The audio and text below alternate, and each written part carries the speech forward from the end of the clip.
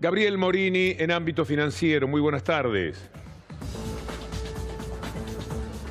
Muy buenas tardes, Víctor Hugo. Parte de la agenda de lo judicial que ocurrió en el día de hoy tiene que ver con la autorización a la expresidenta Cristina Fernández de Kirchner para que pueda realizar una especie de gira por Europa con destino en Grecia, en Bélgica y también en Inglaterra para llevar adelante distintas actividades políticas. Restaba la autorización del juez Claudio Bonadío, uno de los dos magistrados que la tiene procesada y también con prohibición de salida del país, en ese caso por la causa Los Sauces.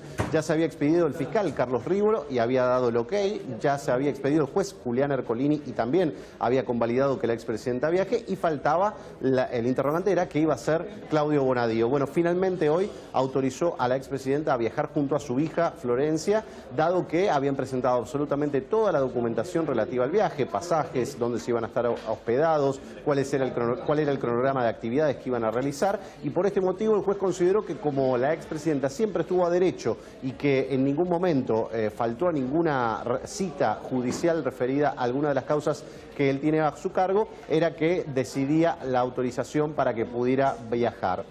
Acá la única entidad, digamos, que se opone al viaje de la expresidenta es la Unidad de Información Financiera, que anunció que iba a ir a la Cámara Federal si hacía falta para evitar que Cristina Fernández viajara, y agregó que podía haber riesgo de fuga. La realidad es que muy pocas chances tiene ese pedido de la UIF de prosperar y de ser tenido en cuenta por los camaristas, así que lo más probable es que Cristina Fernández de Kirchner pueda realizar esa gira política y que además sea autorizada por la justicia. Un detalle, quizás una perlita: Claudio Bonadío le exigió que 48 horas después de llegar, como máximo, se presente en el juzgado y acredite que regresó al país, además de, obviamente, una caución fijada en 150.000 pesos. Otro de los temas que definió la Cámara Federal, de ella estábamos hablando, es la confirmación del procesamiento a César Milani por enriquecimiento ilícito. Malas noticias para el ex jefe del Ejército, porque ayer mismo la Corte Suprema de Justicia, por unanimidad, había rechazado un recurso para que se analice si debía o no prestar declaración indagatoria en una causa por delitos de lesa humanidad. Recordemos, Milani está detenido precisamente en base a uno de esos expedientes. Y en el último de los casos se está sumando una presión importante sobre la Procuradora General, Alejandra Gils Carbó, a quien el gobierno, ya sabe y ya ha hecho explícito, busca desplazar de la cabeza de todos los fiscales. Bueno, a la causa penal que está investigando, la única que existe, que está investigando la venta de un inmueble por parte de una empresa a la Procuración General, la sede principal de la Procuración, que ha arrojado por lo menos algunos hallazgos vinculados con un empleado dentro de esa dependencia. Lo concreto es que el gobierno está auspiciando, por otro lado, una demanda en el Fuero Contencioso Administrativo Federal para que se declare inconstitucional la vía de juicio político como remoción para Gils Carbó. ¿Cómo es hasta ahora?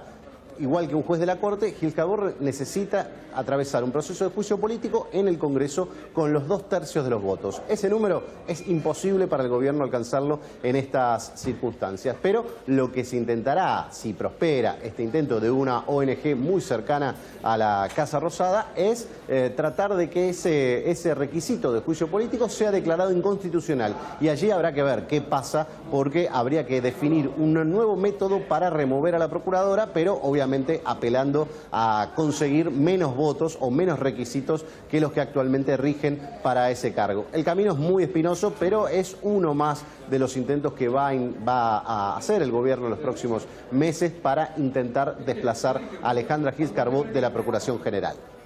Pregunta para una respuesta de 2 líneas, Gabriel.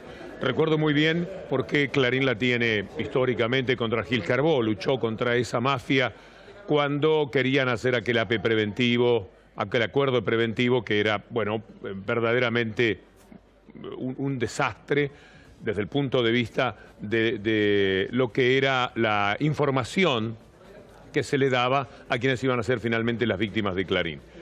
Con Macri el problema es aquello de haber querido instalar empresas parecidas a las offshore, a lo cual Gils Carbó se negó.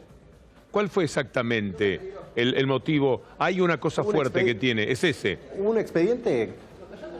Bueno, para que se tenga en cuenta. Hay un expediente que es cierto, cuando Alejandra Gils Carbó era era fiscal en lo comercial, el mismo cargo que tiene la fiscal Gabriela Boquín, que frenó el acuerdo con el Correo, precisamente había frenado el intento de crear una Inspección General de Justicia propia en la ciudad de Buenos Aires cuando Mauricio Macri era jefe de gobierno. Ese requisito quedó trabado, ahora se está destrabando de alguna manera con el tema del traspaso de los tribunales a la ciudad de Buenos Aires, pero en ese momento los había enfrentado ese tema propiamente porque señalaba Gils Carbó en aquel momento que esto podía dar condiciones más laxas y convertir a la ciudad de Buenos Aires en una suerte de paraíso fiscal dentro de la República Argentina. Para que la gente entienda por qué toda esta locura y esta persecución de una mujer cuya nobleza, sentido de la dignidad y amor por la justicia, que es lo que han perdido de vista tantos hoy día en el Poder Judicial, destacan tan por encima de estas personas que hemos mencionado que abruma.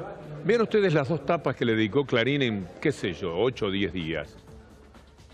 Esta es la nueva, la de hoy. Manejo sospechoso de fondos públicos. 6 millones por alquilar un edificio que nunca se usó. Toda la nota es un delirio y está en la tapa. Se alquiló el edificio porque se venía el acusatorio por ley y se necesitaba espacio. Macri suspendió por decreto el acusatorio e inmediatamente se devolvió el edificio.